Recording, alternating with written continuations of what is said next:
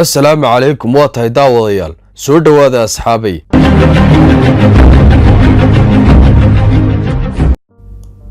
Temujin bartamihii qarniga 12aad ayuu ku dhashay meel kamid ah Mongolia aabihii oo ah hogaamiye qabiileed maadaama Mongolia xilligaas ay qabaayil u dhisnayd ayaa dagaal ku soo qafaashay haweeney kadibna guursaday taasoo dhashay isaga waxaana loo baxshay Temujin aabihiis waxa uu lahaa xaas kale oo laba ilmood u dhashay hooyadii waxay dhashay isagii afar kale nolol xoolo dhaqata ayuu ku soo koray isaga oo yar ayaa aabihii la sumeeyay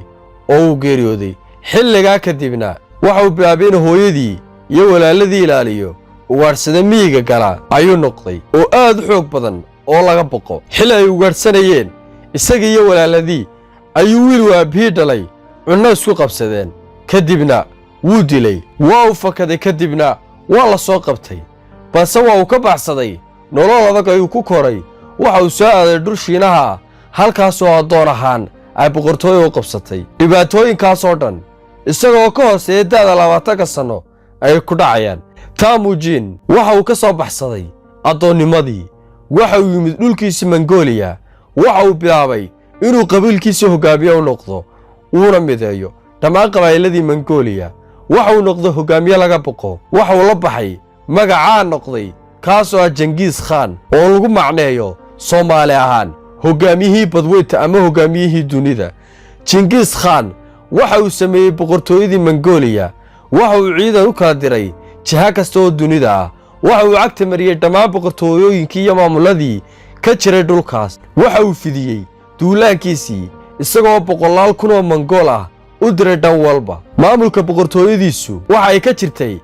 inta ka dhaxaysa cirifka bari ee badda Japan ilaa bariga Yurub ee Ukraine dhanka kale ilaa cirifka Turkiga iyo afka Greega ilaa dhammaan bariga dhexe ilaa Hindiya iyo guud ahaan dhulka Shiinaha iyo Persia inta loo ogyahay taariikhda aadamaha waa boqortooyadii ugu ballaadhnayd ee dunida soo marta ee ka talisa dhul intaas leeg ee is haysta sidoo kale boqortooyadaasi waa tii labaad ee ugu ballaadhnayd ee taariikhda aadamaha soo marta kadib tii Britishka Genghis Khan maamulkiisu waxa uu ahaa mid dadka dunida ee xilliga nolosha dhaafiyay 12%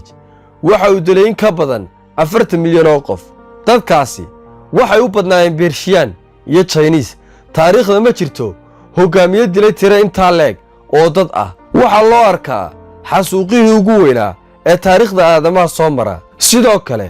waxa loo arkaa guuleystii ugu weynaa ee taariikhda soo mara buugaagta taariikhda waxa ugu xusan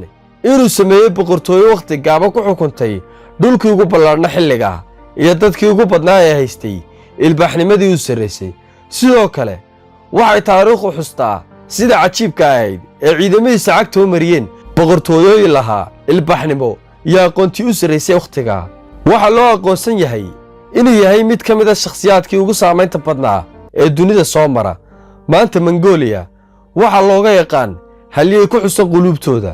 madaarka caasimadda dalkaas ayaa loogu magac daray magaciisa ayaa ku xusan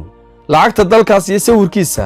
wax uu og sidoo kale dad badan oo Mongolis ah ayaa booqday deegaankiisa daawade hal iyo laba noogu reeb community ninkan magaciisa markii hore loo oran jiray Temujin markii dambe uu noqday hogaamiye la baxay Genghis Khan video ga like sarsiina share garow. Assalaamu calaykum.